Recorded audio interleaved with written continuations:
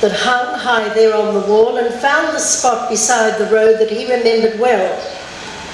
All those years ago, when he was 10 and 4, droving cattle all alone, sent there by his dad. His horse, his dog, the cattle, his sugar bag and swag. There it is, he said, the place where they all lie. The road they built, the pain they shared, the spot where they all died.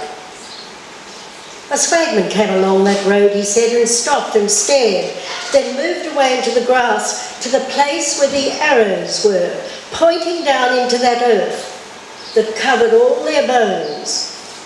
He knelt down and broke each one, then threw them on the ground and said with anger and shaking voice to me, as on my horse I sat, "It's bad enough they died in chains and worked their lives away to pay for crimes and trumped up charge in lands they saw no more, to die here in this land of ours, beside this road we share, to work with arrows on their back, so no decent folk would even bid them time of day. But to be buried under that same sign, the shame, the swagman would not endure. Peace to their unfortunate souls." And then he swore some more.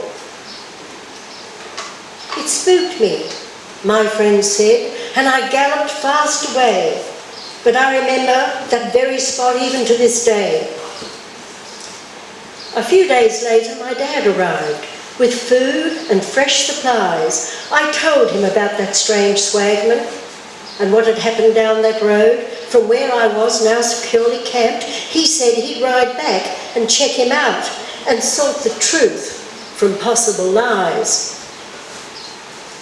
It seemed in those early days, when Bobber was first taken up, convict labour was the norm, and those poor unfortunate souls were sent to help subdue this wild, untamed land, to make it fit for the likes of me and you.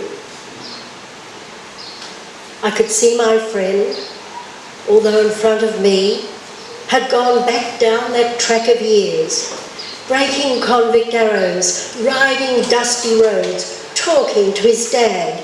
But what he passed on to me was memory, the history of that time when convicts trudged the roads and bore shame, indifference, cruelty, and were reviled, to die buried, forgotten beside a country road, only to be championed by a similar man, a swagman, outcast from us all, but saved in memory by that little boy and all he could recall.